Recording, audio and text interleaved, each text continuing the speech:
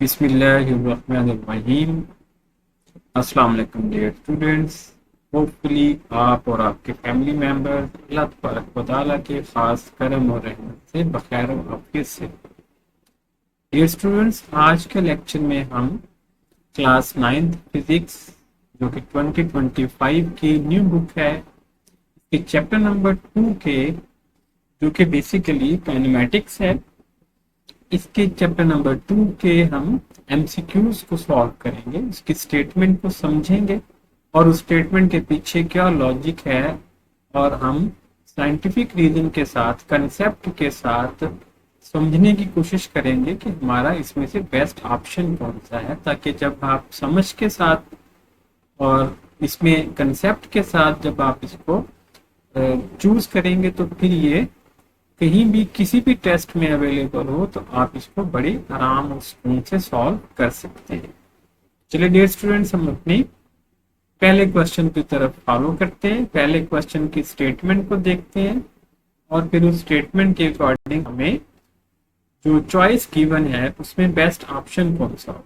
अगर हम स्टेटमेंट को देखें तो 2.1 क्वेश्चन है, इसमें है the numerical ratio of displacement to distance, यानी हम डिस्प्लेसमेंट और डिस्टेंस को डिवाइड करें तो उनका रेशियो ले लें तो क्या होता है, ऑलवेज लेस देन 1। उसका आंसर हमेशा 1 से छोटा होगा। बी ऑप्शन है ऑलवेज इक्वल टू 1, क्या हमेशा 1 होगा। ऑलवेज ग्रेटर देन 1, हमेशा ग्रेटर से बड़ा नंबर आएगा कोई। या फिर डी में है कि equal to or less than 1, यानी 1 भी हो सकता है और 1 से लेस भी हो सकता है। देखिए यहाँ अगर हम इसको देखें डिस्प्लेसमेंट और डिस्टेंस क्या होता है, इसको थोड़ा कंसेप्ट के साथ समझ लें। आप देखें ये ए पॉइंट है और एक पॉइंट पे ये है। आप सपोज कर लें कि ये बी पॉइंट, ये हमारे पास ए पॉइंट। कोई ऑब्जेक्ट है जो ए से बी की तरफ मूव करता है, ये शॉर्टेस्ट डिस्टेंस है, कम से कम डिस्टेंस स्ट्रेट लाइन में होता है, इसको हम डिस्प्लेसमेंट कहते हैं, यानी डी के। और कुछ जो है अगर सपोज करें कोई पाथ ऐसा भी है जो ऐसे जिगजैग करके यहाँ जाता है, या वो थोड़ा सा टेढ़ा होकर ऐसे भी जाता है, तो ये जो ज्यादा पाथ होता है इसको हम डिस्टेंस कहते हैं, एस कहते हैं इसको हम डिस्टेंस। तो ये कम से कम कब हो सकता है, जब ये भी बिल्कुल सीधा हो। जब ये बिल्कुल स्ट्रेट होगा तो डिस्टेंस और डिस्प्लेसमेंट दोनों इक्वल हो जाते हैं। अगर पाथ स्ट्रेट है डिस्प्लेसमेंट भी वही होगा और डिस्टेंस भी वही होगा। अगर ये दोनों इक्वल हैं तो फिर हमारा आंसर हमेशा जो है वो 1 आएगा। यानी अगर हम समझ लें कि डिस्टेंस भी 5 है, डिस्प्लेसमेंट भी 5 है तो 1 आएगा। ये तो बात कंफर्म हो गई कि कम से कम आंसर जो है वो 1 होगा। ठीक है, 1 कम से कम आंसर, क्योंकि डिस्टेंस और डिस्प्लेसमेंट इक्वल हो सकते हैं कब, जब ये लाइन या पाथ हमारा बिल्कुल स्ट्रेट होगा। और अगर ऐसा ना हो तो फिर देखिए डिस्टेंस हमेशा बड़ा होता है। तो जब हम डिस्प्लेसमेंट का देखें, यहाँ डिस्प्लेसमेंट और डिस्टेंस का कहा गया, जब हम डिस्प्लेसमेंट को ऊपर रखेंगे और डिस्टेंस को एस को नीचे डिवाइड करेंगे तो अगर तो ये दोनों इक्वल हैं जैसे हमने यहाँ कहा तो 1 आएगा। और अगर ये इक्वल नहीं है तो डिस्टेंस जो है वो हमेशा बड़ा होता है। जब ये बड़ा होगा तो ऑटोमेटिकली इसका आंसर कभी भी 1 से ज्यादा नहीं आएगा। अगर हम सपोज कर लें कि सपोज कर रहा हूं मैं, ठीक है, डिस्टेंस जो है डिस्प्लेसमेंट 5 है और डिस्टेंस है 10, अगर हम डिवाइड करते हैं तो ये आता है 0.5, यानी 1 से कम हो गया। तो इसका मतलब है कि जो डी ऑप्शन है ये बेस्ट ऑप्शन है।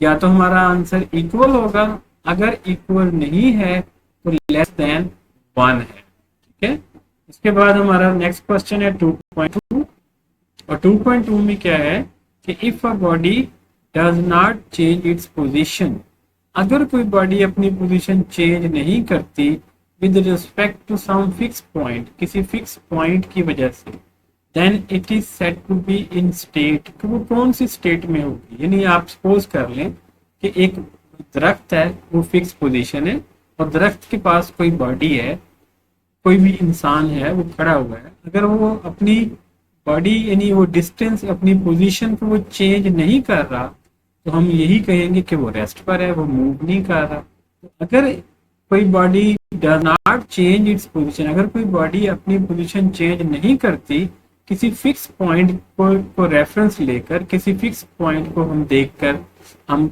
ये अंदाजा लगा सकते हैं कि इंसान उस दरख्त के पास था, तो 5 मिनट के बाद देखा तो वो वही था, तो इट मीन्स कि वो रेस्ट पर है, वो मूव नहीं कर रहा। तो ये इसका बेस्ट ऑप्शन होगा।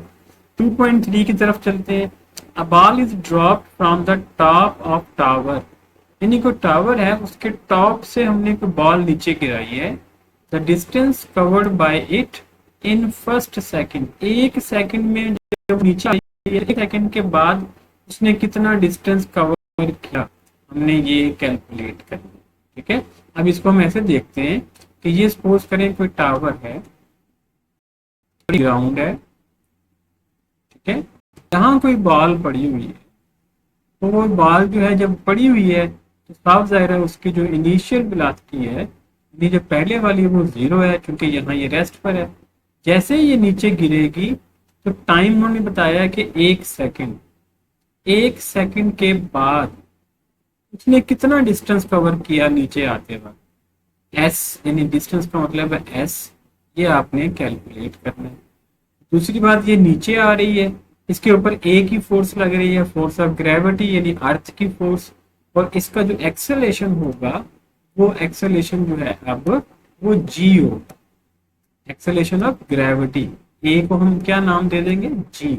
जी की वैल्यू कितनी होती है, 10, आपको होती है 10 मीटर पर सेकेंड स्क्वायर। ये बेसिकली जो है ये न्यूमेरिकल टाइप एमसीक्यू दे दिया है, थोड़ी कैलकुलेशन करनी पड़ेगी। अब हमने डिस्टेंस कैलकुलेट करना है, अगर हम इन चीज़ों को देखें तो हमारे पास जो इक्वेशंस ऑफ मोशन होती हैं वो हम, इसमें जो सेकंड इक्वेशन है s is equal to V I initial velocity multiply by time और प्लस 1/2 यानी हाफ और जी टी स्क्वायर। अब ये फोर्स ऑफ ग्रेविटी के अंडर है, मोशन अंडर ग्रेविटी है, तो इसमें हम एक्सेलेरेशन की जगह पर जी यूज करें। देखिए वी आई टी मल्टीप्लाई हो रहे हैं तो वी आई तो 0 है, ये टर्म तो सारी 0 हो जाएगी।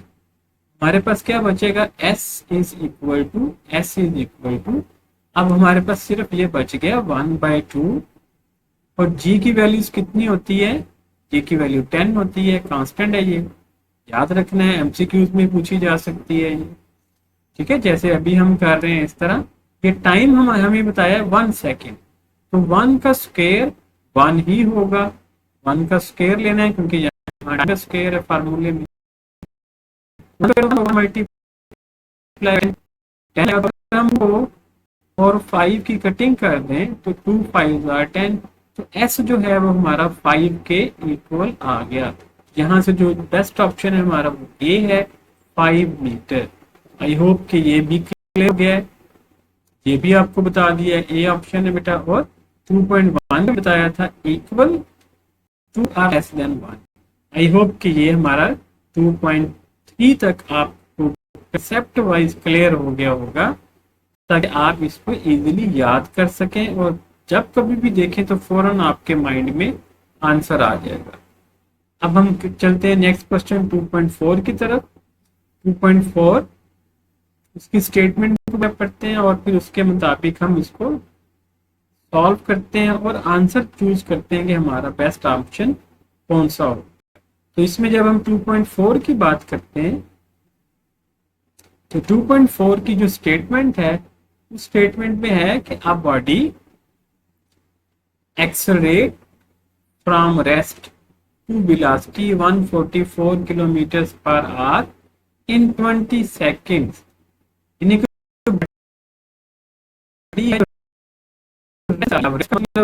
है हमारी वो 0 है। याद रखें जब कोई बॉडी रेस्ट से मोशन स्टार्ट करती है तो उसकी जो इनिशियल यानी जो पहली वेलोसिटी है वो हमेशा 0 होती है, और उसकी बाद वाली वेलोसिटी जो है वो ये है 144 किलोमीटर पर आवर, जिसको हम कहेंगे वी एफ। तो ये वी एफ फाइनल वेलोसिटी। अब फाइनल वेलोसिटी जो है वो बेसिकली किलोमीटर्स पर आवर में है, इसको आपने मीटर पर सेकंड में कन्वर्ट करना पड़ेगा हमें, क्योंकि डिस्टेंस का यूनिट जो है वो मीटर में होता है, टाइम जो है वो सेकंड में होता है, जैसे जहां आगे बताया गया है कि इन 20 सेकंड। अब हमें ये कहा गया है डिस्टेंस कवर्ड बाय इट, इसने कितना डिस्टेंस कवर किया है। तो अब हम फाइनल वेलोसिटी को कन्वर्ट करेंगे, 144 किलोमीटर है। देखिए 144 जो है वो यहाँ मैं लिख देता हूँ जरा क्लियर करके, 144 जो है किलोमीटर है, इसको आप 1000 से मल्टीप्लाई करेंगे तो ये मीटर में चेंज हो जाएगा, इससे 1000 से। ओके, तो आप इसको 1000 से मल्टीप्लाई करेंगे और फिर आप डिवाइड करेंगे। आवर्स में जो है वो 60 मिनट होते हैं और एक मिनट में सेकंड भी 60 होते हैं, तो 60 मल्टीप्लाई 60 करेंगे, वो हम डिवाइड करेंगे नीचे। जब इसको हम सॉल्व करेंगे तो हमारे पास जो आंसर आ जाएगा फाइनल वेलोसिटी का वो आई थिंक 40 होगा। इसको चेक करिएगा, 40 मीटर पर सेकंड, 40 मीटर पर सेकंड, ये फाइनल वेलोसिटी आ गई। जब हम फाइनल वेलोसिटी की तरफ जाते हैं तो फिर हमारे पास अब एक्सेलेरेशन, सॉरी टाइम उन्होंने बता दिया 20 सेकंड, तो टाइम जो है वो 20 सेकंड है, ये भी आपने याद रखना है 20 सेकंड। हमें डिस्टेंस कैलकुलेट करने को कहा गया, डिस्टेंस एस आपने कैलकुलेट कर। देखें एस का जो फार्मूला है वो दूसरी इक्वेशन यूज करें या हम तीसरी इक्वेशन यूज करें, S is equal to B I T plus 1/2, ये दूसरी इक्वेशन है, ठीक है, ए और टी का स्क्वायर। अब इसमें एक्सेलेरेशन है तो हमारे पास एक्सेलेरेशन है ही नहीं, इसीलिए इस तरह जब आप दूसरी इक्वेशन यूज करेंगे तो उसमें भी जो थर्ड इक्वेशन है उसमें भी 2as होता है, 2as is equal to final velocity का स्क्वायर माइनस इनिशियल वेलोसिटी का स्क्वायर। इसमें हमें पहले एक्सेलेरेशन फाइंड करना पड़ेगा। एक्सेलेरेशन फाइंड करने के लिए आपको ये दो चीजें बताई गई हैं, तो आप फर्स्ट इक्वेशन यूज करेंगे। फर्स्ट इक्वेशन जो है वो वी एफ होती है बेटा, v f is equal to, ठीक है, वी आई प्लस ए और टी, ये फर्स्ट इक्वेशन है। अब इसमें हमें एक्सेलेरेशन फाइंड करना है तो वी आई को उधर शिफ्ट कर दें, तो हमारे पास क्या बन जाएगा, वी एफ माइनस वी आई, ठीक है। एक्सेलेरेशन फाइंड करना है हमने, ये टाइम जो है इधर आकर डिवाइड हो जाएगा, टाइम जो है वो डिवाइड हो गया, ये फार्मूला बन गया एक्सेलेरेशन का। पहले आप एक्सेलेरेशन फाइंड करेंगे, फिर एक्सेलेरेशन इस इक्वेशन में पुट कर दें या इसमें पुट कर दें तो आपके पास डिस्टेंस आएगा। ये जब आप कैलकुलेट करेंगे एक्सेलेरेशन की वैल्यू वो यहाँ पुट कर दें, फिर वी आई जो है वो ये है, वी एफ ये है, तो हमारा जो आंसर आएगा कैलकुलेशंस के बाद वो हमारे पास आएगा 400 मीटर। इसको आप कैलकुलेट कर लीजिएगा, कैसे करना है वो मैंने आपको गाइड कर दिया है। तो इसका आंसर है 400 मीटर। 2.5 की तरफ चलते हैं। 2.5 में अब हमें यहाँ भी थोड़ी कैलकुलेशन के बारे में बताया गया है कि बॉडी इज मूविंग। 2.4 का आंसर हमारे पास 400, ठीक है। Body is moving with constant acceleration starting from rest, यानी ये भी जीरो से। It cover a distance S, अब डिस्टेंस एस बताया है, कितना डिस्टेंस है ये नहीं बताया, और ये एस डिस्टेंस जो है ये 4, ठीक है, सेकंड में कवर होता है। How much time does it take to cover 1/4 of the distance, यानी अगर टोटल डिस्टेंस एस जो है वो 4 सेकंड में हो रहा है, तो इस डिस्टेंस का जो 1/4 पार्ट है यानी चौथा हिस्सा वो कितने टाइम में होगा। इसमें भी हमने टाइम कैलकुलेट करना, डिस्टेंस वाली, क्योंकि बॉडी जो है वो रेस्ट से मोशन ले रही है, तो रेस्ट का मतलब है वी आई 0, तो ये जो वी आई होती है ये मल्टीप्लाई टाइम होता है। आगे हम लिखते हैं प्लस, और आगे हम लिखते हैं 1/2, और ए टी का स्क्वायर इन एक्सेलेरेशन और टाइम जो होता है मल्टीपल होकर टाइम का स्क्वायर होता है। इसमें जो वी आई है वो तो जीरो है, क्योंकि हमें यहाँ बता दिया गया स्टार्टिंग फ्रॉम रेस्ट, रेस्ट का मतलब है इनिशियल वेलोसिटी जीरो, तो ये टर्म तो सारी कैंसिल होगी। अब डिस्टेंस जो है वो एस ही रहेगा, ठीक है।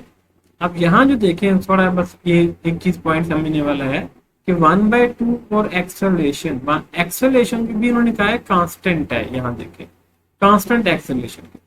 जब ये 1/2 नंबर है ये भी कांस्टेंट है, एक्सेलरेशन भी कांस्टेंट है, तो डिस्टेंस जो है वो टाइम के साथ डायरेक्टली प्रोपोर्शनल हो गया। ये टाइम स्क्वायर और डिस्टेंस जो है ये आपस में इस रिलेशन पर आ गए।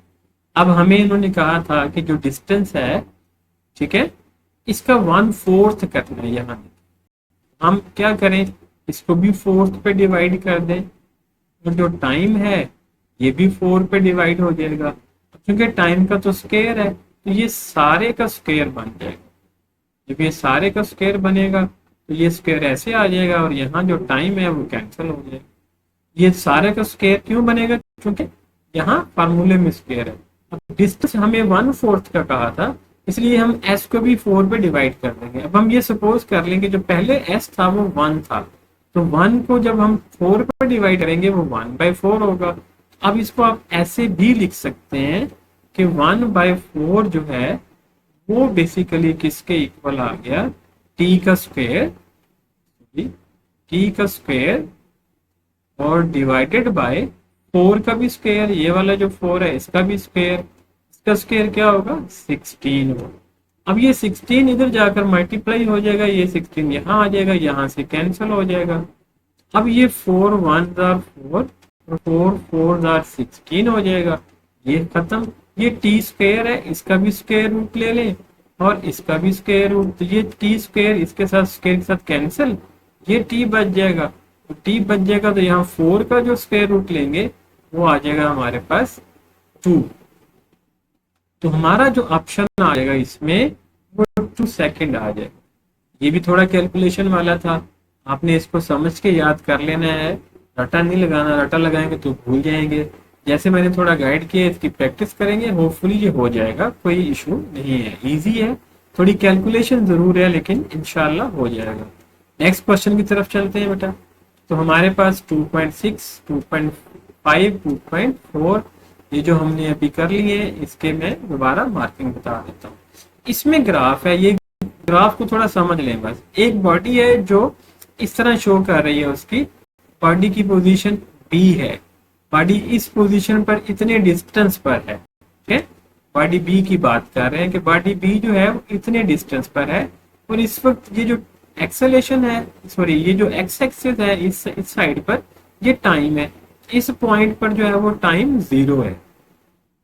तो 0 टाइम था तो बॉडी इतने डिस्टेंस पर थी, जब टाइम इंक्रीज हुआ थोड़ा ज्यादा हुआ, 0 से ज्यादा हो गया, जैसे जैसे इधर जाएंगे टाइम ज्यादा होगा, तो बॉडी जो है वो उतने ही डिस्टेंस पर है। अगर हम डिस्टेंस से सपोज कर लें कि 10 मीटर है, ठीक है, 10 मीटर है, इस पॉइंट पर भी बॉडी 10 मीटर पर है, इस इतने टाइम पर भी बॉडी 10 मीटर है, इसका मतलब है कि ये बॉडी तो मूव नहीं कर रही, तो हम ये कह सकते हैं कि बॉडी भी जो है वो रेस्ट पर है, वो मोशन पर है ही नहीं, वो रेस्ट पर है। अब इसकी जो स्पीड है वो तो जब ये रेस्ट पर है तो स्पीड ही नहीं होगी।